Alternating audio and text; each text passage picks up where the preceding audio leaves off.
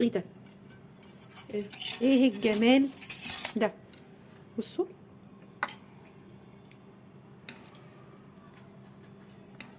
ايه ده ايه ده ايه ده ايه ده ايه ده ايه ده ايه ده ايه ده ايه ده ايه ده.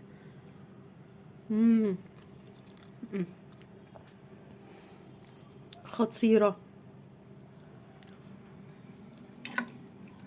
بصوا الزبيب، بصوا المنظر يا جماعة، بصوا بصوا بصوا بصوا.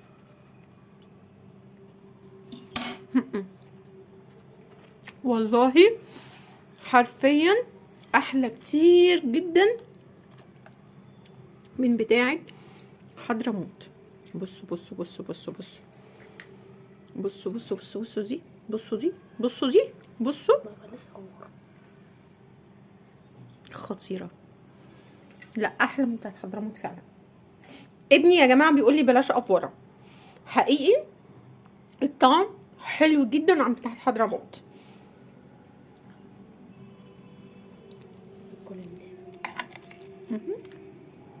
مش قادرة ابطل اكل. حلو حلاوة. ايه ده؟ بصوا بقى قطع اللحمة اللي دايبة في النقي، بصوا كده وانتوا بتقلبوا تلاقوا بقى حتة لحمة ايه متقطعة كده مع حتة زبيب. يا لهوي.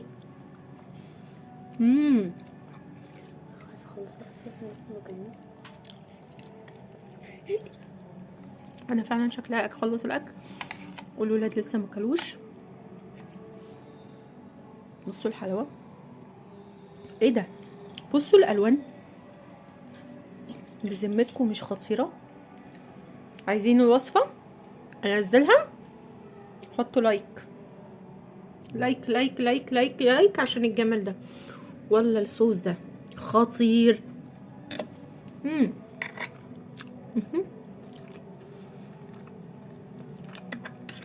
حاطه فيه حاجه مخليه طعمه زي السكر. بصوا تاكلوه كده لوحده لوحده من غير اي حاجه. كفايه كده صح؟ كفايه رغي. ويلا نروح نشوف هنعمل ايه. لا هي مش حلوه بصراحه. شايفين الرزايه عامله ازاي؟ شايفين اللون بتاع الرزايه؟ بجد مكون سحري بسيط جدا جدا، وسر من اسرار المطاعم الشهيره. انا جبته لحد عندي. المكون السحري اللي كل الناس محتاره فيه في الكبسه. الكبسه بناكلها من بره بيبقى ليها طعم ومذاق تاني كده خالص. طب ايه السر والتركايه؟ طبعا مفيش حد في المطاعم بيعمل الكبسه او الاكل بسمنه بلدي. طب ايه اللي بيبقى مديها طعامه زي حضرموت وزي الاماكن المشهوره دي؟ وهي الدهن. الدهن او الليه. ايوه الدهن او الليه ده اللي بيديها الطعم. حتى لو انت مش عاملاها بسمنه بلدي. طب ليه الكبسه او الرز او المحاشي عند حضرموت بتبقى طعمها حلو قوي؟ لان الشوربه اللي بيستخدموها سمينه قوي. طب انا هعمل ايه؟ انا هنزل هنا، نزلت هنا بالدهن بتاعي اهو، سبته يسخن كويس قوي. عندي نص كيلو من اللحمه، هنزل بيه كده.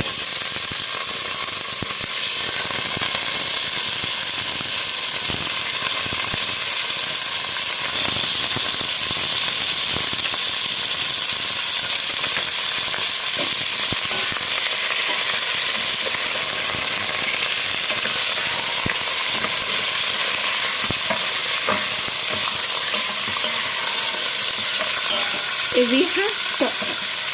طيب تاني تركايه في الخطوه دي وهي مهمه جدا جدا جدا، ان انا هنزل بليمونه، وهنزل بعود قرفه، وهنزل بورق لورا، وهنزل باربع حبهان من الحبهان، وهنزل بكام عود قرنفل، وهنزل بفصين من الثوم.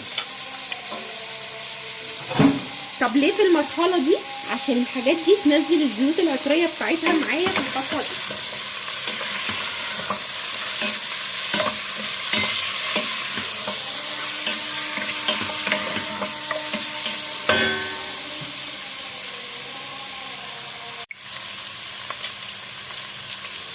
الريحة يا جماعة خطيرة خطيرة خطيرة خطيرة، الريحة وهمية. الثوم مع القرفة مع ورق اللورة مع اللومي، تحفة تحفة تحفة تحفة. معايا بصلاية صغيرة متوسطة مبشورة او متقطعة جوليان، حطيتها واقلب تقلبتين 3 كده عشان تتكرمل مع اللحمة. الحبهان، القرنفل، اللومي، مش ممكن الريحة والجمال. لسه في تكات تانية. تابعوا الفيديو، ما تجروش اي حاجة، حطوا لايك وصلوا على الرسول عليه افضل الصلاة والسلام، وشجعوني بكومنت حلو ولايك حلو، ولو عجبتكم الوصفة قولوا لي رأيكم فيها. عندي هنا طماطمتين مضروبين في الخلاط او مبشورين، وعندي معلقة من الصلصة. جربي اللون والطعم هيوديكي في حتة تانية خالص. عندي جزرية مبشورة صغيرة مش كبيرة، بتفرق جدا جدا. عندي بقى المكون التحفة ده، بهارات باب الشام، خطيرة خطيرة، فيها جميع كل التوابل. انا مش هحط اي توابل خالص غير التوابل دي، هزود بس معلقة واحدة من عندي وهقول لكم عليها وشوفوها وتابعوها.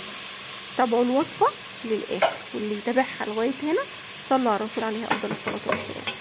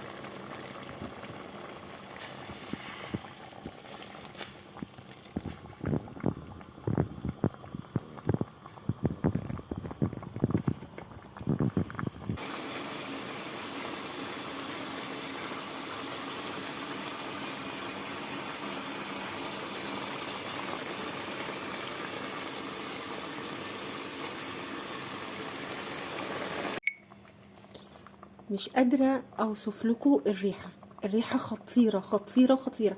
حتة الدهنة الصغيرة اللي احنا حطيناها دي عملت عظمة في الطعم.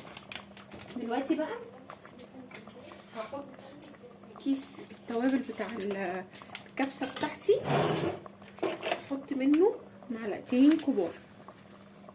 بسم الله. بس كده. بحط الملح. عايزه اقول لكم ان اللحمه بقت عامله زي الزبده، بجد زي الزبده.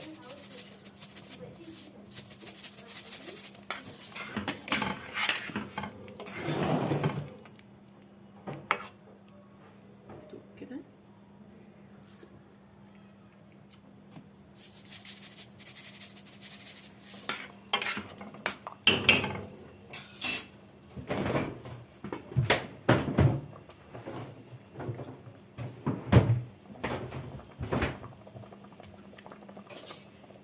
للناس بقى اللي بتحب الحراق تجيب قرن شطه زي ده وتحطه. ومعايا هنا 3 كوبايات رز بسمتي مغسول، يعني انا غسلته وصفيته، ما نقعتوش، غسلته وصفيته. دول 3 كوبايات نص كيلو.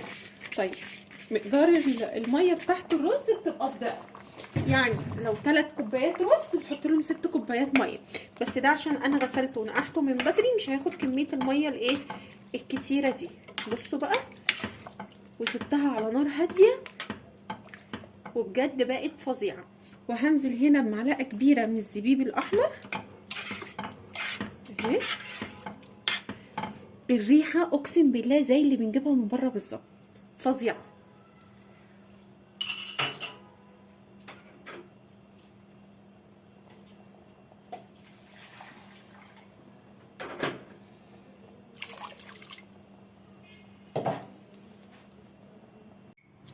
بصوا التركايه دي بقول لكم انا بعملها بتفرق جدا جدا جدا في الطعم، طعم وريحه. اتحداكم اتحداكم، حطوا لايك وصلوا على الحبيب.